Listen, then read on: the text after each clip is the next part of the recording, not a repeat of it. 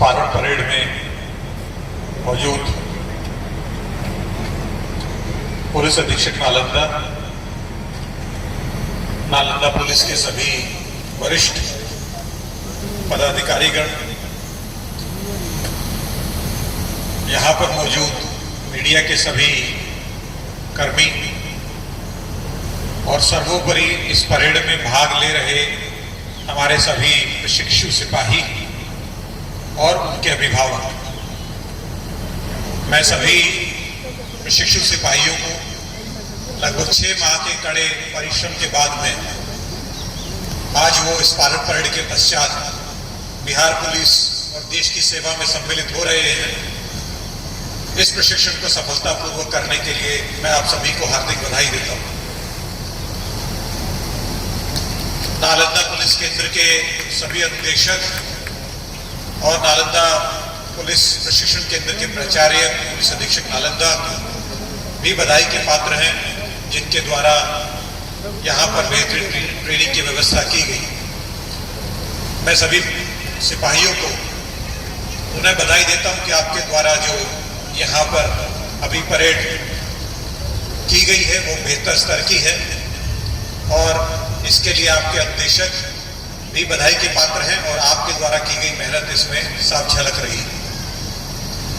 आज इस परेड के पश्चात आप देश सेवा में और बिहार पुलिस की सेवा में प्रथम कदम रखेंगे।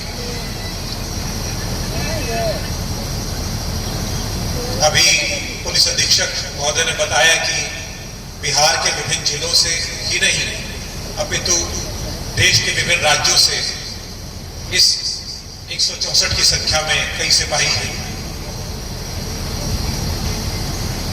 यह परिलक्षित करता है कि किस प्रकार से पूरा देश एक है और अन्य राज्यों से भी और अन्य जिलों से भी आके यहाँ पर जो पुलिस का प्रशिक्षण प्राप्त कर रहे हैं जाके यहाँ से अन्य जिलों में अपनी सेवाएं प्रदान करेंगे। ये एकरूपता इस प्रकार से प्रदान की जा रही है। जब आप पुलिस सेवा में आ जाएंगे आज के पश्चात से, तो सभी हमारे जो पुलिस कर्मी हैं उनसे बिहार की जनता की, देश की जनता की बहुत सारी आशाएं हैं। आप लोग भी पुलिस सेवा को ज्वाइन करते हैं तो आपकी भी बहुत सारी आकांक्षाएं रहती हैं। पुलिस सेवा में आपका लंबा समय रहेगा। अधिकतर मैंने देखा है कि आप में से काफी कम उम्र के हैं, 25 वर्ष से कम ही उम्र के हैं, तो लगभग 35 वर्ष कम से कम आप लोग सेवा में रहेंगे और आप देखेंगे कि किस प्रकार से पूरे देश में, पूरी दुनिया में बदलाव हो रहा है। उसी प्रकार से पुलिसिंग का जो कार्य है उसमें ही बहुत बदलाव हो रहा है। जो सदियों से चला आ रहा था या पिछले कुछ दशकों में जो पुलिस का कार्यशैली रही है उसमें आमूलचूल परिवर्तन की आवश्यकता है, क्योंकि आज के दिन में पुलिसिंग का जो कार्य है उसमें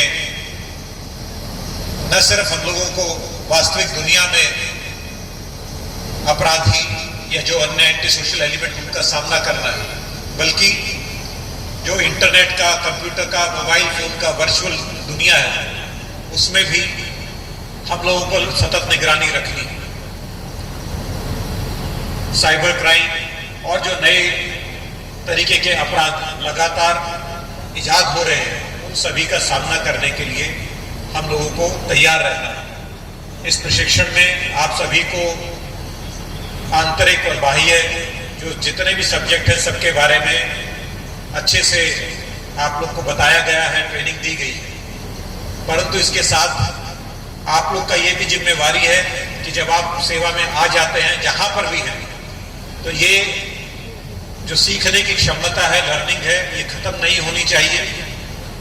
जिस प्रकार की भी समस्याएं आप अपने क्षेत्र में पाते हैं उन सभी के बारे में जानकारी प्राप्त करें और किस प्रकार से बेहतर पुलिसिंग की जा सकती है उसके बारे में विचार अवश्य करें।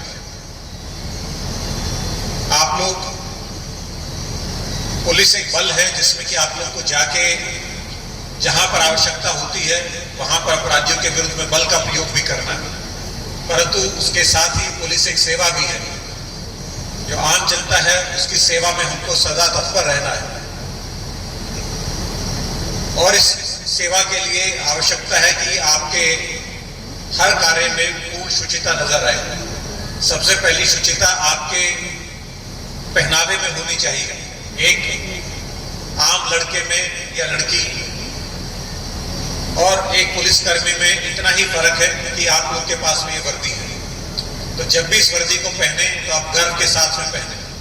ये प्राय पाया गया है कि हमारे जो पुलिसकर्मी हैं अपने पहनावे के प्रति, अपने टर्नआउट के प्रति उदासीन हो जाते हैं। मैं देख रहा हूं कि यहाँ पे आप सभी ने बहुत बेहतरीन तरीके से वर्दी पहनी है, साफ सुथरी है और जिस प्रकार से होनी चाहिए वैसी। परंतु ऐसा नहीं होना चाहिए कि आप प्रशिक्षण केंद्र से निकले, थाना में या जहां पर भी आपकी इसके पश्चात में प्रतिनियुक्ति होगी वहां जाके आप अपनी वर्दी के प्रति उदासीन हो जाए। इसको हमेशा गर्व के साथ धारण करना है, हमेशा साफ सुथरे जो वर्दी है उसको धारण करें। आपके जो बेल्ट, शूज, कैप इत्यादि है लगाने का तरीका जैसा बताया गया आपको उसके अनुसार होना चाहिए, क्योंकि जब आम जनता देखती है तो उसको एक पुलिसकर्मी दूर से नजर आता है और सबसे पहले आपकी वर्दी नजर आती है। वर्दी से एक पुलिसकर्मी पहचाना जाता है। यदि आप वर्दी अच्छे से पहनेंगे और स्मार्ट टर्नआउट होगा तो उससे जो आम जनता है जो आपके पास में आ रही है उसका भी एक कॉन्फिडेंस बढ़ता है कि नहीं, हमारे जो पुलिसकर्मी हैं वे सजग है, चुस्त है। दूसरा है जहां पर भी आपकी प्रतिनियुक्ति होती है और अपने हर रोज के जो आपका कार्य है उसमें अपनी चाल ढाल चुस्त होनी चाहिए।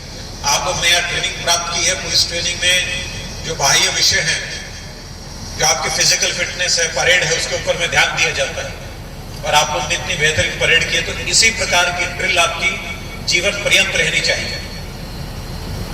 जो भी आपको डिसिप्लिन इसमें सिखाया गया वो डिसिप्लिन हमेशा मेंटेन रहना चाहिए। इसमें किसी प्रकार की कोताही नहीं होनी चाहिए, क्योंकि पुलिस बल का जो आधार है वो अनुशासन है और ये अनुशासन आपके ड्रिल से नजर आता है। यदि आप वरीय पदाधिकारी को सैल्यूट कर रहे हैं तो सैल्यूट में चटकी नजर आनी चाहिए कि हाँ ये पुलिसकर्मी बहुत ही चुस्त है। तीसरा, आपकी शुचिता आपके कार्यशैली में होनी चाहिए। आपने अभी शपथ लिया है कि बिना किसी अनुराग द्वेष के, न किसी के प्रति अनुराग रखना है, न किसी के प्रति द्वेष, एकदम शुचिता के साथ में इम्पार्शियलिटी से काम करना है। जो भी मामला आपके सामने लाया जाए या जहां पर भी आपकी प्रतिनियुक्ति हुई है वहां पे पूरी सत्यनिष्ठा से, इम्पार्शियलिटी से आप लोग काम करें। ये शुचिता नजर आनी चाहिए। और अंतिम है शुचिता आपके व्यवहार में, कि आप लोगों से जिस प्रकार का व्यवहार करें उसमें शुचिता नजर आनी चाहिए। आप लोग अपनी आकांक्षाओं के साथ में आए हैं, परंतु साथ में आप लोगों ने शपथ ली है कि पूरी सत्यनिष्ठा के साथ में कार्य करेंगे। तो आपके हर कार्य में शुचिता नजर आनी चाहिए और किसी प्रकार से किसी भी वरीय पदाधिकारी को या जो आपके सहकर्मी हैं उनके साथ में आपके व्यवहार में या जो आपके पास में फरियादी इत्यादि आते हैं उसमें आपके ऊपर में किसी प्रकार का भी लांछन नहीं लगना चाहिए। तो ये शुचिता अपने कार्यशैली में, अपने टर्नआउट में, अपने चाल ढाल में, अपने व्यवहार में बनाकर रखें और आज से आप देश की सेवा में समर्पित हैं। मुझे आशा है कि आप सभी अपने परिवार के, अपने अभिभावकों के और देश की जो भी आकांक्षा है आप सभी पर खरे उतरेंगे। आप सभी को पुनः हार्दिक बधाई। जय हिंद। महोदय, आपके अमूल्य मार्गदर्शन, प्रेरणादायी विचार और उत्साहवर्धक संदेश के लिए मैं इन समस्त नव आरक्षियों की ओर से आपका हृदय से आभार व्यक्त करता हूँ। अब मैं मुख्य